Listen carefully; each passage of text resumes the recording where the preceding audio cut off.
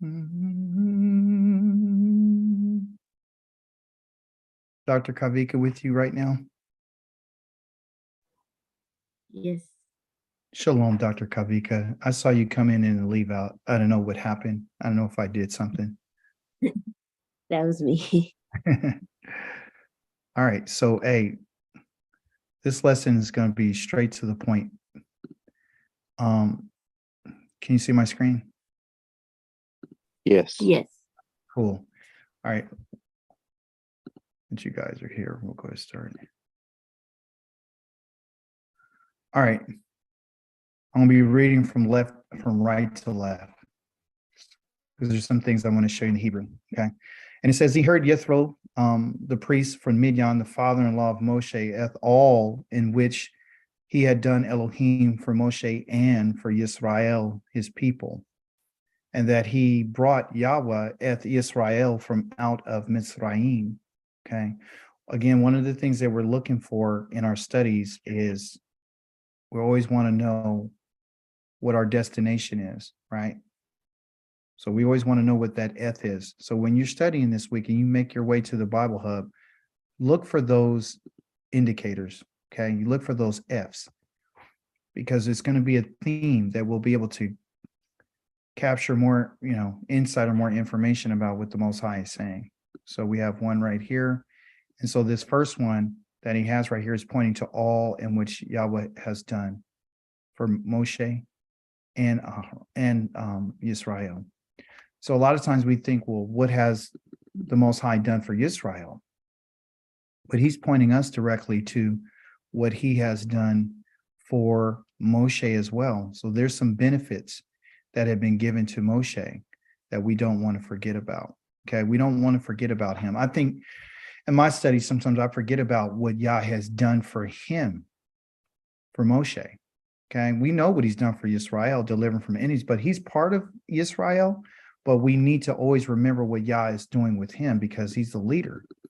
And his name is mentioned here several times. I mean, within this verse right here, we see one time and then two times. Okay. I'm just giving you guys the clues in which I see. All right. So he has heard, he heard about everything that Yahweh has done for Moshe and Israel, his people, and that he brought Yahweh eth Yisrael out of Mitzrayim. He did that for them, verse number 2. And he took Yethro, the father-in-law of Moshe, third time Moshe is mentioned. And then he points a direct object marker to Moshe's wife, which here we have Zipporah. Okay, so there's an eth pointing directly to her. So she's a focus of our study, and then also two, and we have a YF to the two sons. Okay, this is significant. And that's because they have been sent back from Moshe when he had to go do the work of the Most High. Okay, and then he goes on and talks about these two sons, and with the two sons, her two sons, in whom the name was, one of them was called Gershom, for he said, a stranger, I have existed in the land of a foreign land. This is what Moshe named him. And the name of the second one is called Eleazar. And he named him that because he says, for Ki Elohe of my fathers has helped me and delivered me from the sword of Pharaoh. So we know that both of those children were named, back in Midian. Remember when they first went out, she was with him and she circumcised her son. The little son that she circumcised was this Eleazar. This is the first one that the one that Moshe did not circumcise. And now we see the connection of why the Most High was probably going to kill him. Okay. He was going to kill him because of this. He didn't circumcise this boy. And what's circumcision? Somebody tell me. What is the circumcision? It's a covenant. Yeah, it's the sign. Mhm. It's the oath of the covenant. Oh, why is this pen tripping? It's the sign. Okay. Remember, it's the Aleph and the Tav. Okay. And the Aleph again is the ox head, and it's going to a certain mark, a certain destination. So when you talk about the Most High as my help, my El of my father, or my father was being helped. by the Most High. Okay. Or El is my helper. Well, he couldn't legitimately say this, okay, if he didn't fulfill what the covenant was or what the sign of the covenant is. And that's why every male of Israel has to be circumcised, because that's the sign of the covenant. Often we hear about circumcision being the covenant. Most High did not say that the circumcision was the covenant. The covenant is that I'm going to give you a land, I'm going to give you descendants, and I'm going to be your Elohim.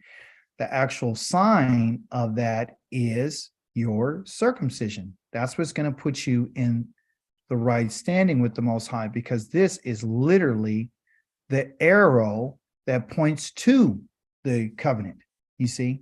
So that sign is pointing you directly to the covenant, because again, the Aleph and the Tav is a sign. It's a direct object marker, okay? So the circumcision, which they call the Brit Milah, is pointing you directly to the covenant, okay?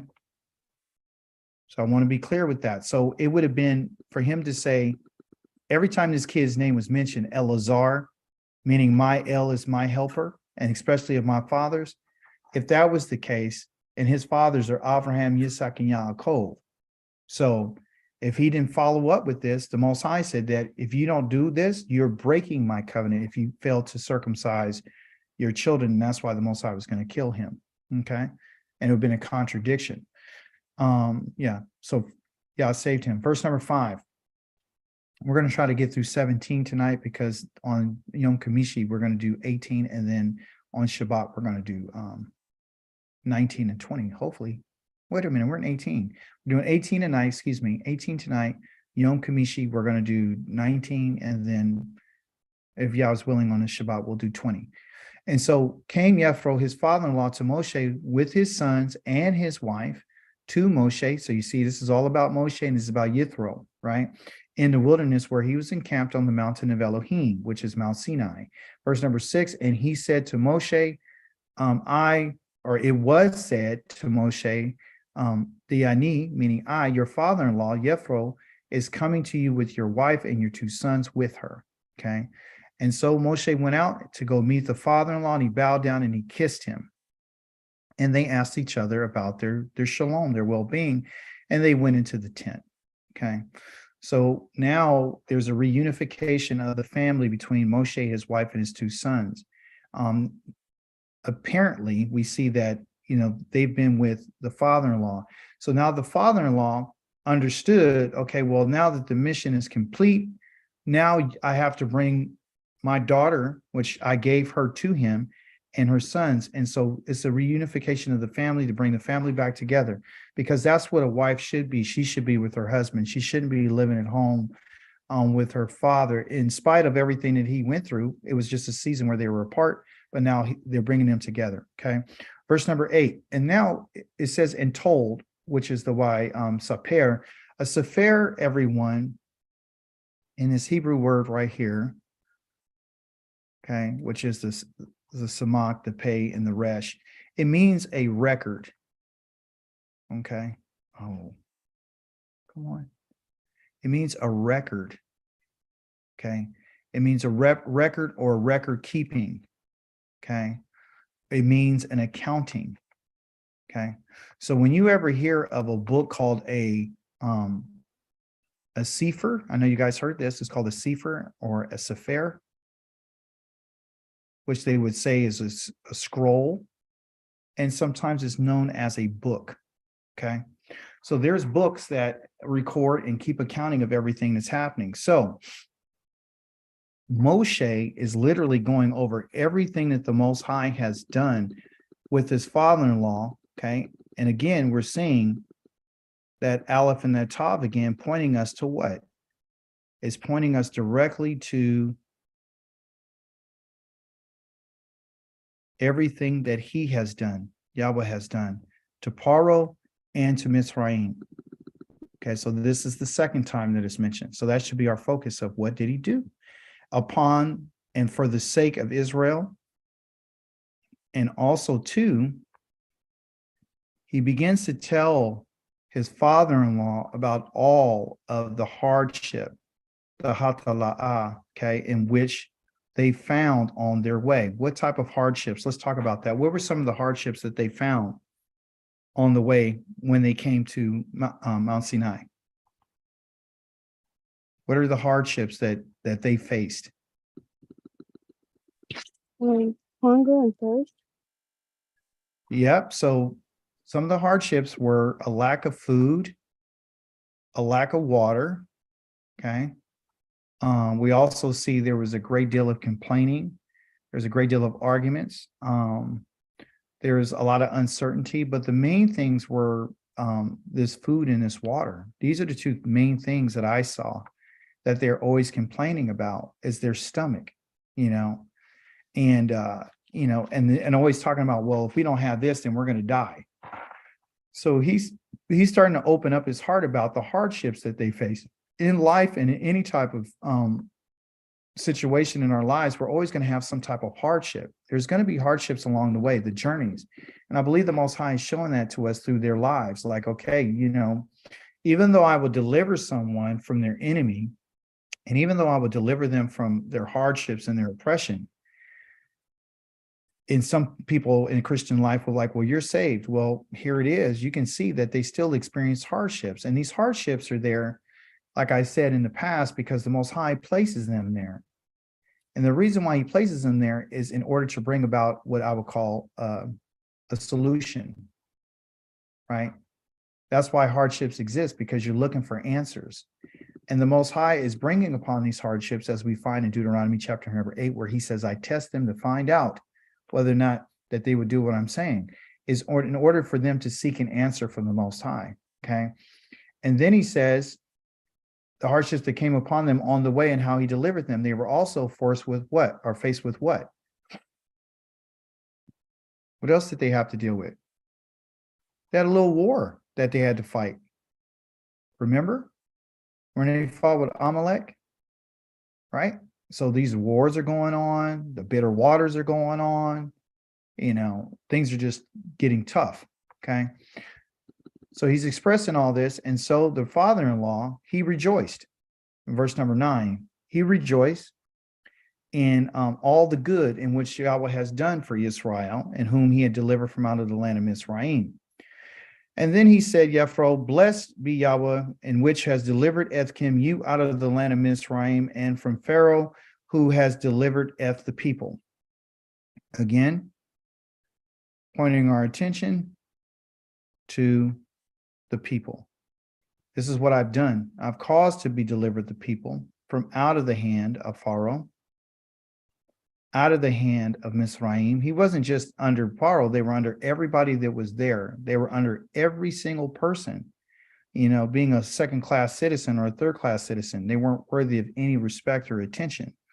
And then he says at this, he blesses the Most High based on what he's done. And he says that now that he's discovered that there are no other gods that are greater than Yahweh out of all the gods, and this thing which they have done has probably caused them to behave the way that they were towards the children of Israel. It was the gods of the people that had caused them to act the way that they were acting. Verse number 12.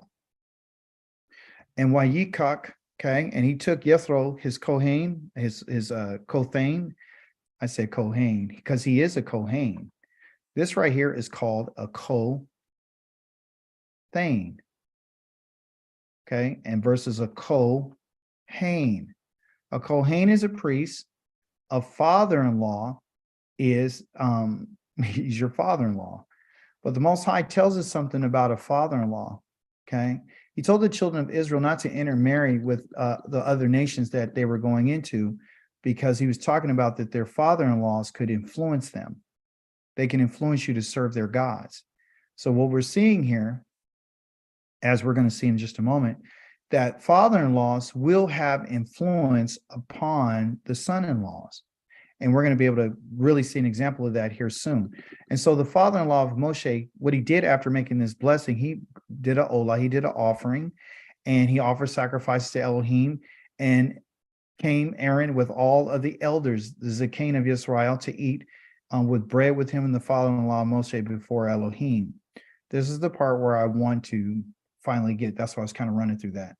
And so it came to pass on the next day that sat Moshe to judge. He was Lishpoteth, and again, our Aleph Tav, again, pointing us to the people. Okay, to do what? I'm judging the people. Okay, now all the Yah is done for the people, and now we see Moshe. Moshe is judging the people. Okay, I don't know what's wrong with my pen, forgive me.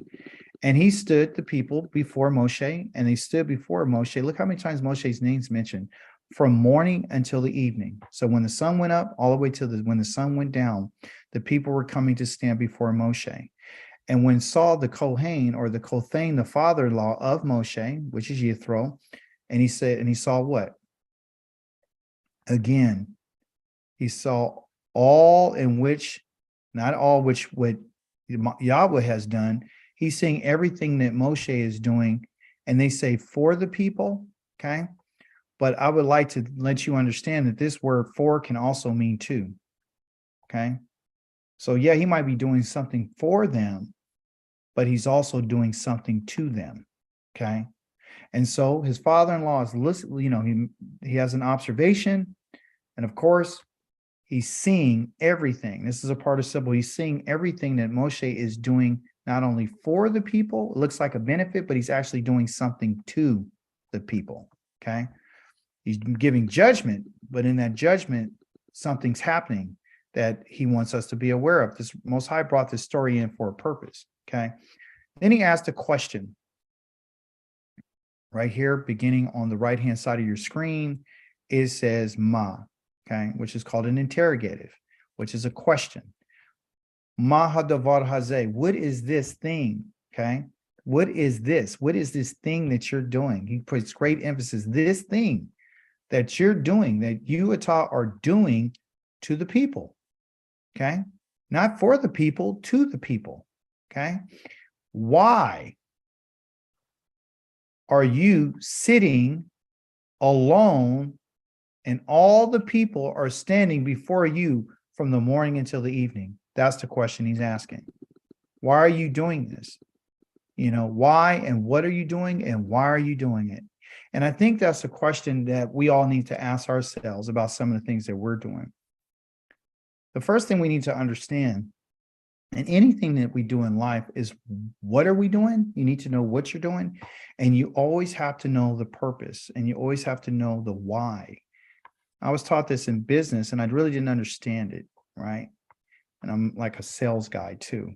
Is always asking a question, why? Why would someone need something? Why? What is it that I'm doing, and why am I doing it? What is the purpose of my life? What am I doing, and why am I doing it? And if we don't have answers to those questions, then you and I are going to have a problem. Even if it appears that we're doing something that might be useful and it might seem to be beneficial to others, there can always be something that we're missing. And that's what Moshe didn't see. So irregardless to him being chosen by the Most High, irregardless to him being the shepherd of this nation, irregardless to him leading out 1.5 or 1.8 million people, irregardless to him going before Pharaoh and doing these signs and wonders, we find now that here we see something about this man. We see that he was doing something that he didn't really understand why he was doing what he's doing. He thought he was doing the right thing, okay? Verse 15, and he said Moshe to his father-in-law, he says, because, you know, he says, because the people are coming to me to inquire.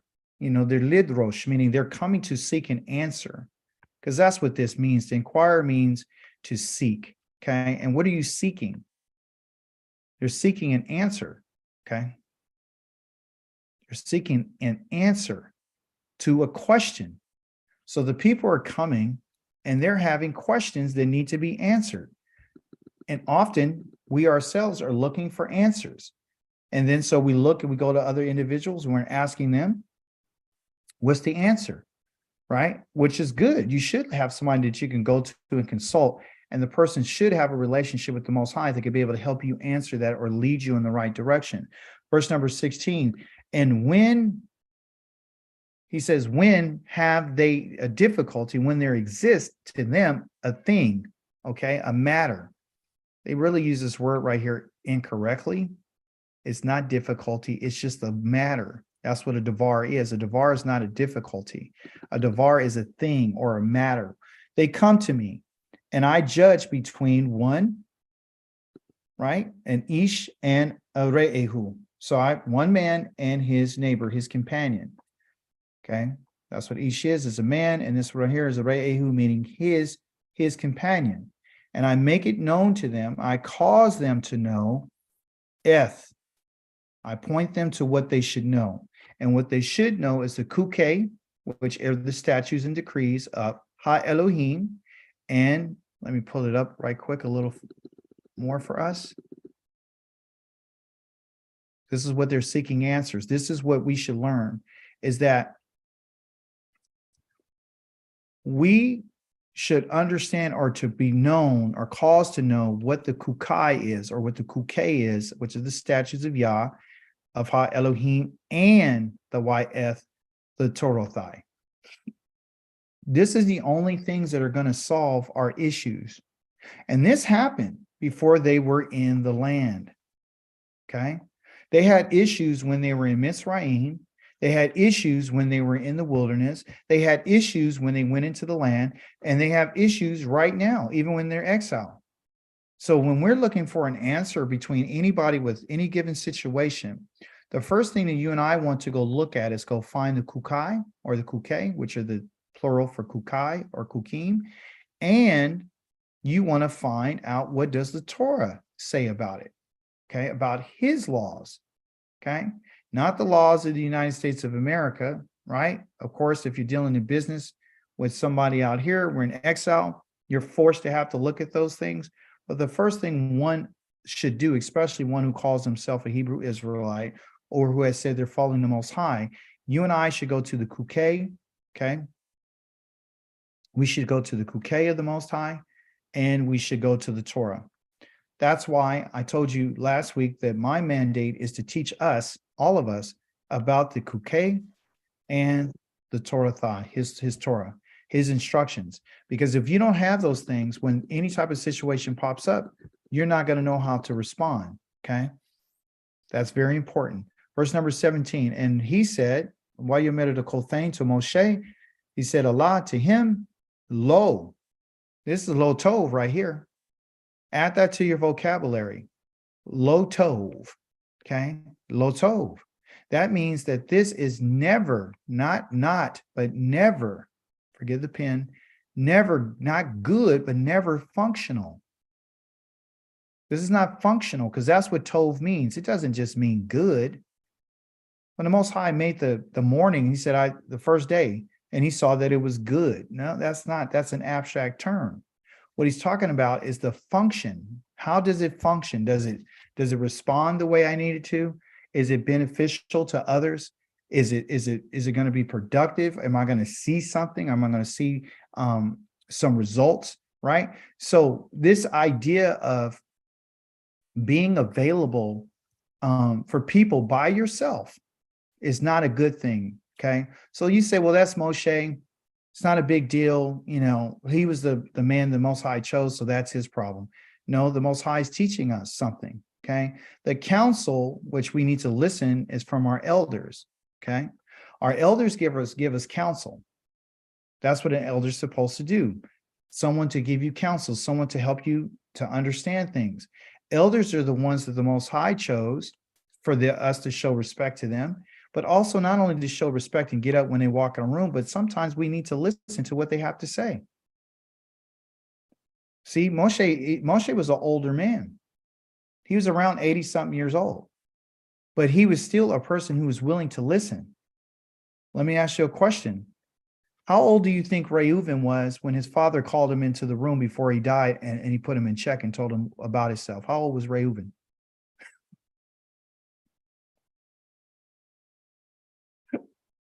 '50s, '60s. Yeah, he was old because remember, I think his father died at 137. Is that how old he was? You guys know how old Yaakov died at? Remember he called him, Pharaoh called him in and said, how old are you? He said, I haven't lived as long as my ancestors. How old was he? You guys remember? 127. Yeah, he said, no, he says, it's been a long time. I've been on this earth for 130 years. And then he lived a little bit longer. He lived another 17 years. He died at 147 years. Okay. He died at 147 years. We know that when he went out to go, got pushed away from his family, he was in his 30s or 40s, somewhere around that age. And so if he's 147, right? And he had probably Reuven, what, after that 7-year period? So he's like 37, almost 40 years old. So we know that Reuven had to be at least 100, almost 100 or 100. He was an old man. Simeon, they were old. They weren't young guys coming in and, full of life. These were older guys that were by their father. Their father's 147. So Reuven had to be 100. And he's getting checked by his dad, and he's 100 years old. Okay, roughly around that time. We can get the numbers later. But he's an elder. Okay, that's my point. He's a Zakain. So what it is that if we're not listening to the Zakains and we're not listening to our elders, they have insight not only about life, but they also have insight about us. If they've been part of our lives, they've been watching us, and they've been, especially a mom or a dad who's known you your whole life. They understand how you move. They know the things that you try to pull. They can probably see some things about you in themselves. I see a lot of stuff in my kids that remind me of me, things that I like and things that I don't like. But I know who they are. And that's something that, this generation or this world or this system we live in right now, we don't give the respect that we need to give to our elders. Okay. And they're there to counsel us. Okay. But it also depends on who that elder is. You know what I'm saying? You got to watch him. But even so, this man, this priest right here, he was not worshiping the God of the Hebrews.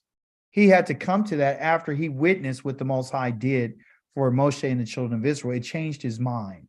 So the things that Yah does can change somebody's mind. And of course, we see later on in the scriptures that what happened to the children of Israel is very influential on him and his family. From that moment on, they moved in a different direction. They became allies of Israel versus being their enemy. Okay. So back to the counsel. He's given Moshe counsel because the thing that Moshe is doing is lo tov. It's not functional. Okay. So you and I might think we're doing the right thing, that we're being helpful and useful, but we're hurting not only ourselves, but we're hurting the people around us, and we're not even aware of it. Okay. So he says this thing that you're doing is not functional. This hadavar, which you are doing. If you notice, this word here is used a lot, and it's always used in a participle, doing. Okay. Like what Yah was doing for Israel, what Moshe is doing. Look what everyone's doing. Okay. So it's about an action. It's about what you're doing. So what you're doing should be functional. Okay. Also, too, what I've brought out or I want to bring out is that bearing the Torah is a heavy load. Okay. Let's continue to read 18. He says, surely. Okay. Surely. That word right there is naval or tavol, meaning that this is going to wear out. Wearing out, you're going to wear out. So this infinitive absolute, which I'm starting to introduce you to these grammatical terms, this infinitive means that it's something that always happens. Okay. It's always going to happen. Like you always eat. You're always going to blink. You're always going to sleep. Sometimes you're always going to walk. Okay. So these are things that are infinitive that it can happen at any time. So it's not stuck in time, past, present, or future. It's something that's always going to be. But this absolute means that I'm bringing great emphasis to what I'm telling you. What he said is wearing out, you are going to be worn out. He's like, how things wear out? This is what you're doing to yourself. Okay. So you and I should understand that things that are not functional for us is going to do something to you. If you and I are doing something the wrong way, and even though we think it's right, it's going to do something to you. I could be teaching the wrong way. I can wear myself out. And if I do that, I'm not going to be any good to anybody, not even you, but not even myself. So for example, I have to get proper rest. I'm just using myself as an example. I have to eat right. I have to, even with a disability, you still supposed to be active. I go on walks. I try to do a lot of different things because I need to be fit and I need to be right. I need to be in the right type of mindset in order for me to be able to teach the people of the Most High. So here it is. You're not just responsible for yourself, but you're responsible for what you do to other people through the way that you live your life. I'm supposed to be the best Dawid that I possibly can for you. Because if I'm not, I'm going to do something to you. If I'm not being the best me, I'm affecting you. I can have an impact on you. So we're talking about impact, okay? So not only is he wearing yourself out, he says you're not only going to wear yourself out, but you're going to both wear out you. Let me see. Well, cooperate for me. You're going to wear both you, Atah, and Gam Ha'am. Again, going back to the people.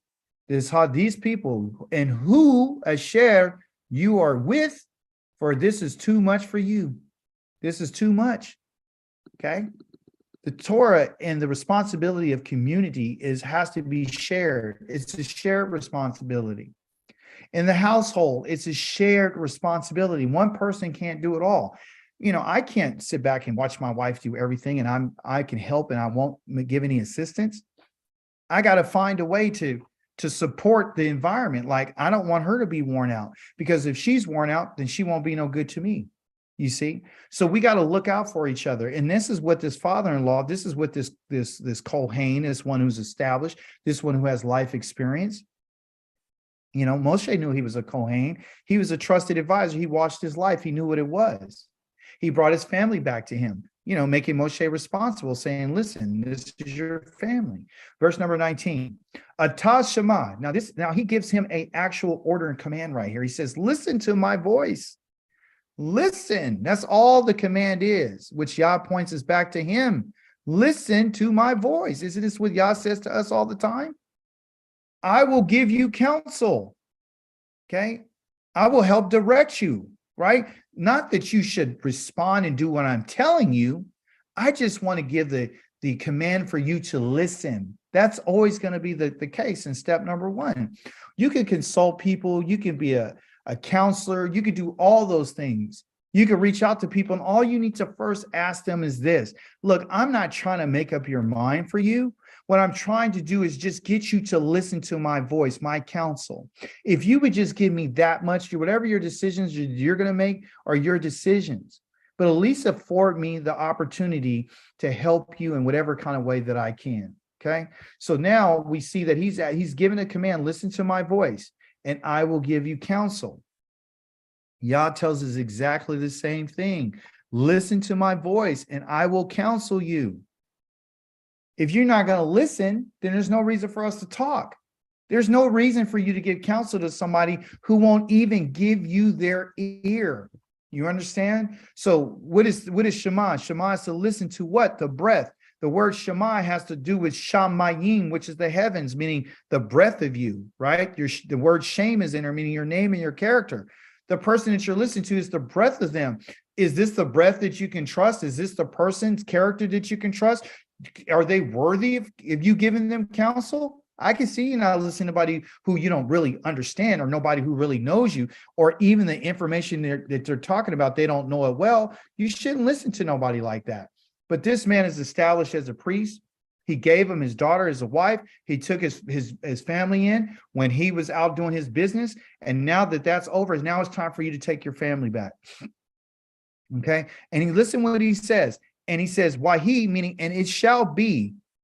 Okay. This is part of his command. And it shall be, and it will be, and it shall exist, Elohim with you, and stand with you for the people before, in front of the people for Elohim, so that you might bring you, right? I'm going to bring you what? This is the goal, to bring what?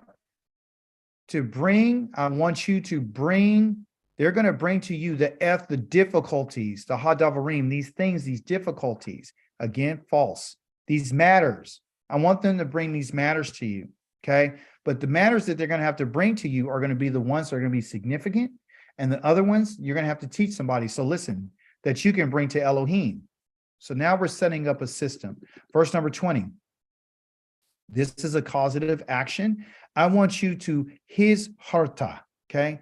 I want you to his heart. Let's look at that word right quick. I'm gonna click on it. 2094. Zahar. That means you guys probably call the Zohar, right? This is called Zahar, and Zahar means to bring light. Okay, it's to be light, like the shining of the light. To just bring a light to them. Okay, teach them. To teach somebody, they have it right here to teach, but it's really to bring light. I need you to bring some light on them. And here's the eth, through what? Through the Kukim and through the Torah. That's what's going to bring light to the situation. Okay. So you guys, we're not alone in this.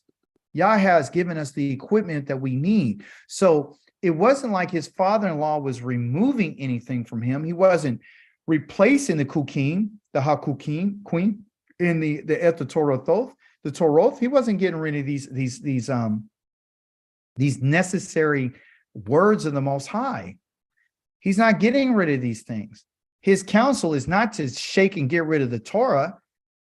He's not saying that. He's saying, I want you to bring light to them. But the only way we can bring light to something is if it's set up in a way that's functional and that works. Okay. And then he says, because that's what the Torah does. The Torah is light. And then he says, Hodata, and you are to make it known, cause it to be known to them this way. Okay. The way that they should walk. The walk is the way that the manner of life. That's walking in Hebrew. It's your manner of life. Okay. And we want to walk with certainty. We want to walk within the Torahs of Yah, the Toroth. We want to walk in the Kukim of the Most High, because that's what's going to give us the light that we need in order to walk, in order to see. You need light to see your path. So we need to see and have that light so we can live the best life that we possibly can. And then he says, Yeliku, and they will walk in it. Okay, her, feminine. Why is it feminine? Because the Torah is feminine. That's what it is. Okay. And listen, and going back to our word that you've been seeing this whole time is the Hama Aseh. That word Aseh is huge. Here it is again. An ayin, a shin, and a hey. Aseh. Say. Aseh. Okay. That means to do. Okay. So they can do the work that they need to do. When there's contention and there's confusion and there's arguing, no one can pull off any work. You understand? Nothing can be done. If it's not working, it's not functional. Okay. So all this also, what we understand is that the laws of Yah, the Torah of Yah that brings light, the statutes of Yah that brings light, is to be the light that we need in order to do the work that we need to do, in which you and they must do. So we can live in a way that we're supposed to, which is the Hadarek, which is the manner of life that we walk. That's your life and how you walk. Okay. And you see this why Eth right here is pointing again to the work. Because there's work that needs to be done. But if the system is crashed and you've taken all this on yourself and you're bearing the load and you won't delegate and you won't share the responsibility, you're going to wear yourself out. Not only at your job, not only at your home, not only in your family, it can happen anywhere. Verse 21, and moreover, you shall select from all the people anshe, men who are able, okay, which is kayil, meaning they're of great power, and they have fear. I wish this pen would work. That they have fear. They're fearing Elohim. The individuals that you pick, they're anshe of Ameth, they're men of truth, and they hate covetousness. They hate taking stuff by robbery. You don't need to put people over other people who are not in it for the right reasons. Okay. And covetousness and wasamta, and you shall place them over as rulers over thousands, rulers over hundreds, rulers over 50s, and rulers over 10, and let them shafatu. Let them judge the people. So now we have that idea now is that you teach them and you bring the light to them about the Torah and the statutes. Then once you set it up, then you delegate again to the Eth, the Ha'am. So is this really just about Moshe? No, it's about the people too. And at all times, and it shall exist that all of the matters that are great shall be brought to you. Now, they got this proper right here. When I told you matter was Hadavar, it's right there. The Hadavar is Hagodola. It's a great matter. There's matters that have to be adjudicated and judged by someone of greater knowledge. Okay, so again, when you pass this information and teaching, everyone's not going to be Moshe. Okay, then he says of all the Hadavar, which are the matters that are Hakoton, those that are insignificant, okay, which would be the opposite of Godola, because right here it is Godol, which is great and of great magnitude, Hagodol, and this right here is Hakotan. The matter is Hakotan. You Yisha Yishpatu, let them judge the insignificant matters. And then he says, and they will be easier for you, right? And then you will be able, they will be able to bear this burden with you. So as heavy as the Torah is, as heavy as the Kukai is, as heavy as everything is, it's a shared responsibility, especially in a community of millions of people. Okay. Verse number 23. If, okay, eth, again, a direct object marker, I'm giving great attention to it, is pointing directly to the thing that we're talking about, which is the Hadavar Hazeh, this thing. Again, you do. Okay, you're going to do this. If, listen, if I want you to do this thing, you to do this thing, but also too, only if he commands you Elohim. That's the only way I want you to listen to my counsel. That's what his father-in-law is saying. I hear a lot of people talk about, well, Yithro gave Moshe counsel, such and such and such, and he was a stranger, and I thought nobody outside of Israel could teach Israel. He didn't give Israel any directions like the Torah and the Kukim and all that, but what he did was he gave Moshe some advice. He counseled him. But listen what he says. He says, if this thing right here, if this thing, this thing is you to do, command Yahweh, the Elohim, then you are able to endure it. And you'll be also, all the people of this in their place will go in what? The ultimate goal of changing things up is to bring about what you would call shalom. This is what everything is about. It's about being whole, okay? There won't be any wholeness without what they would call shalom. You always hear me talk about this. There's shalom, okay? The same three letters is for shalom, okay? Here's the shin, there's the lamed, and then sometimes they just put a dot and then they put an M, okay? That's an improper defective spelling. It's supposed to be a wah right there, okay? So shalom, okay? And shalom is to be whole, okay? Shalem means to be made whole, okay? To made whole. And you only can do that through payment. Okay, so you're not made whole when somebody just stole something from you and they say, I'm sorry, and they walk away free. It doesn't work like that. They got to make a payment in order for you to be made whole. Once you receive your payment, then you shall receive shalom when you're paid. You see? So payment is necessary for shalom.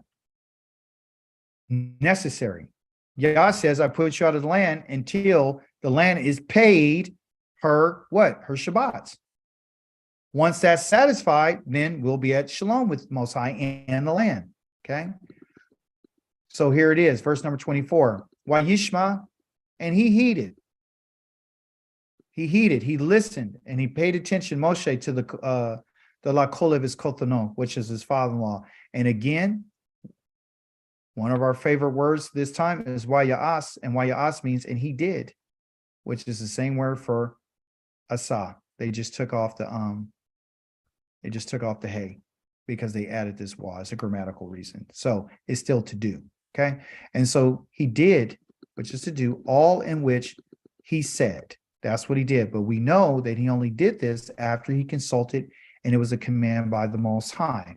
Okay. And so Moshe, verse 25, he went out and Yivkar, he chose and selected Moshe men, Anshe, who was, Kayil, who were able from all of Israel, and he Yitain, the Otham, he made them the Rashaim, he made them the heads over all the people, the rulers over thousands, the rulers over hundreds, the rulers over 50s, and rulers over 10, and Washafatu. And they judged the people all times and all the Hadavarim that were what? Here it is. In all the cases, which are matters that were hakwashe, that means hard and stiff neck like their necks. All the ones that were very difficult, that's the hard one. That's the quashe. He made them, they brought them, okay, to Moshe. And all the cases that were small, they judged him. Okay, so this infrastructure was set up, and it was perfect timing because the Most High is now going to deliver them the message of, now here's my covenant. Okay, and so Vayishlach Moshe es is Okathano, which is his father-in-law, and he Wayelek lo back his artso. So he went home. So the purpose of Jethro at this time, he did three things. He reunited the family. He gave praise to the Most High. And after he'd given praise to the Most High, he gave counsel. Those are great things to do. Okay? So in this lesson tonight, let's think about our families. And let's continue to give Yah praise and be open to take counsel from those who are worthy of your ear to listen to. And you can make that decision because you know the person who's talking to you. If it's someone in your family that's older and they've been around for a while, you may want to listen to them, because the bottom line is the Most High can use whoever he chooses to talk to us and give us the counsel that we need. So you can see, as powerful as Moshe was, he still took the counsel. He still took the leadership. He sat back and he humbled himself to listen. That's all this is. It's about listening to the Most High.